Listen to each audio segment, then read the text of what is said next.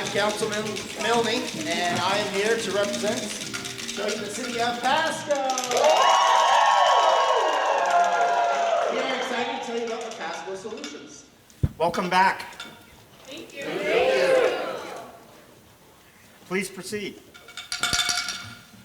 All right, good morning. I am Craig Maloney, Mayor Pro Tem of the City of Pasco, Washington. We are honored to be back a second time as an All-America City finalist.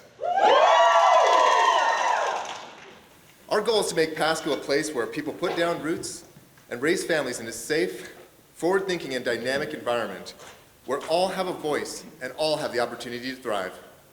We're going to tell you about 3 Pasco solutions that exemplify how Pasco is creating a healthy city by reaching our underserved population and better engaging with our community. I'd like to introduce Tracy Getz, who will share her personal story to demonstrate how the wraparound services of Hotspotters is saving lives in our community. I'm here to share my story about my son Bradley, who as a teenager loved riding skateboards, he loved music, and he loved his family. At the age of 15, he became distant and angry and started having violent outbursts that resulted in phone calls to mental health, school counselors, and at least 30 phone calls to the Pasco Police Department in a matter of 18 months. And still, there was no available resources for him. I had Bradley arrested at the age of 16. I felt this was my only immediate help. During his incarceration, we found out he was self-harming, he was self-medicating due to anxiety and depression. I felt like a complete failure as a mother. While incarcerated, he received his GED and had some of the highest scores that they had ever seen. And this was very unusual, especially for someone who refused to do any kind of studying before the test. I vowed to make a positive difference. One day I was talking to Officer Ray Aparicio. He invited me to the Hotspotters meeting. He felt it was important to have an understanding of what it was like living with someone who was smart, once loving, yet suffered from drug addiction due to mental illness. I'm grateful that the City of Pasco cares enough that they sought out a positive solution for addiction and mental illness. Fire Captain Michele Crowley will explain the start of the Hotspotters program and the positive impact that has already been made in the City of Pasco. The Pasco Fire Department was dispatched to downtown Pasco for a medical problem. On arrival, paramedics find an unruly female wanting transported back to the emergency room for a second time in the same day. The Pasco Fire Department has transported her over 60 times in a matter of a few years. She has had interactions with fire, police, the court systems, and all the local emergency rooms for over 20 years. While individuals like this are small in number, they are using our services far greater than the average person. Without care plans for these individuals, we place them in a cycle that is not supporting their overall needs. In 2016, the fire chief, the police chief, and myself met and discussed how we could further improve our efforts system-wide. With the help of Consistent Care, the Hotspotters program was started. The Hotspotters program identifies the resources needed to help those struggling with dependency disorders combined with medical problems, mental illness, and homelessness. I introduce you next, registered nurse and chief officer of Consistent Care, Becky Gross. Through collaborating with community partners like Michele, we're able to develop and implement unique, patient-centered approaches to an individual's needs. The Hotspotters program provides care coordination and medical support when it's needed for our citizens. The community member that Michele spoke about presented to us with 34 emergency department visits in the previous year. She suffered from homelessness, drug addiction, mental illness, asthma, and a complicated heart history due to her use of illicit drugs. Through the Hotspotters program, we were able to help her access drug treatment. We put her in stable housing. We helped her find a doctor. We helped her address her outstanding criminal charges. We provided her an active cell phone so that she could communicate with her care team, and we helped her access her needed medications. Most importantly, she was able to address her needs outside of the emergency room, which is something she hadn't done in many, many years.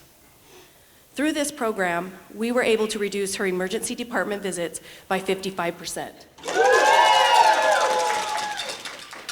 For many, access to mental health care is critical, and that's where Cameron and his team come in. I'd like to introduce you to Cameron Fordmeyer, Manager of Outpatient Services at Lord's Health. In addition to first responders, medical and behavioral health, Hotspotters brings housing, legal, and insurance providers to the same table. This collaboration helped spawn an innovative program known as the Mobile Outreach Team. The Mobile Outreach Team pairs behavioral health clinicians with Pasco police officers who respond in tandem to behavioral health emergencies in the community. The goal of the program is to divert unnecessary arrests for those individuals suffering from chronic mental illness and/or severe substance use disorders. Clinicians ride along daily with law enforcement, providing on-scene assessment, triage, and referral to community resources, outpatient services, and/or behavioral health inpatient units. Since program inception in October of 2018, the Mobile Outreach Team has assessed and diverted over 1,300 individuals. These individuals would have otherwise been sent to jail or prison and not received the help that they need. Hotspotters continues to improve cross-agency collaboration through dialogue and action. As a community, we want everyone to have a chance to succeed through Pasco Solutions. It's now my pleasure to introduce Jacqueline and Seth with New Horizons High School. New Horizons High School is a trauma-informed alternative school that serves 270 students in the Pasco School District. We seek to remove barriers for education for students, such as the need for childcare, food, and health education. With the understanding that students that are hungry cannot learn, in 2011, New Horizons started a food pantry to help meet student needs. The pantry was kept stocked by the efforts of Jackie Brewster and other staff. It was a challenge to keep it stocked until Second Harvest stepped in. Second Harvest is a nonprofit food bank in the Tri-City region. In June 2016, Second Harvest partnered with New Horizons Phoenix Pantry. Since that partnership, over 60,000 pounds have been provided to the Phoenix Pantry. New Horizons and Second Harvest have actually led the way to 5 additional food pantries in the Pasco School District. The pantry has had a profound impact on students and families in New Horizons. Being able to remove this barrier to student success has played a role in New Horizons' growing graduation numbers. Since starting this partnership, New Horizons has had record-setting graduation numbers. In 2016, 54 students graduated. Each year following that number has increased, and this year 72 students graduated. With the potential of class of 2019 students in summer school to finish as well. Next, I would like to introduce to you Columbia Basin College student, Victoria Remington. Food insecurity does not stop when students graduate high school. The partnership with the Phoenix Pantry enabled Columbia Basin College students, some who are graduates of New Horizons, a mechanism to access the pantry through a referral basis. Through this partnership, we unearthed a greater need amongst our college student population. Columbia Basin College is now looking to establish its own food pantry to better serve its students. And recently, our student government has implemented a new option for students. Our 3 free little food pantries that serve our students who have a one-time or temporary need. We also use them to advertise our larger shared pantry. Recently, this usage has grown immensely. Next, I would like to introduce Gabby Araujo, Program Manager at Tri-Cities Community Health, who will tell you about its diabetes prevention program. Hi. So the CTC and the National Hispanic Alliance for Health in Washington provided grants to 8 cities across the nation to provide the National Diabetes Prevention Program. So Pasco was one of the cities, and Tri-Cities Community Health is providing this program in Spanish. Why? Well, because the high incidence and prevalence of diabetes, because of the lack of prevention programs in Spanish, and because we're predominantly Hispanic in Pasco.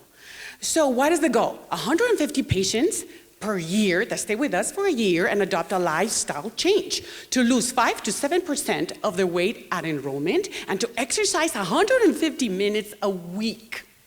So what we do is we go to churches, fairs, parades, festival, markets, we enroll the patients, and then we have markets and stores that provide food to make, the cooking classes.